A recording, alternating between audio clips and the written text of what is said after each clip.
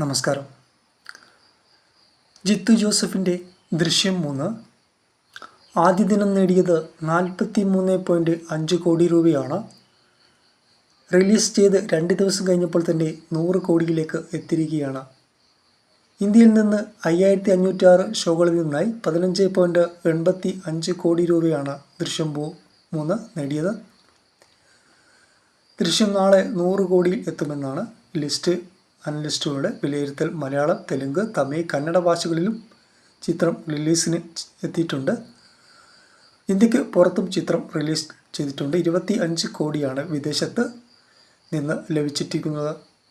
2021 രണ്ടാം ഭാഗത്തിന് ശേഷം 2026 ദൃശ്യം 3 എത്തുന്നത്. മോഹൻലാലിനൊപ്പം മീന, എസ്തർ അനിൽ, അൻസിബ സിദ്ദീഖ്, ആശ ശരത്ത്, മുരളി ഗോപി എന്നിവരും ദൃശ്യം 3 പ്രധാന വേഷങ്ങളിൽ എത്തുന്നുണ്ട്. ദൃശ്യം 1 ഗംഭീര വിജയത്തിന് ശേഷം ദൃശ്യം 3 ഗംഭീര അഭിപ്രായമാണ് നേടുന്നത്.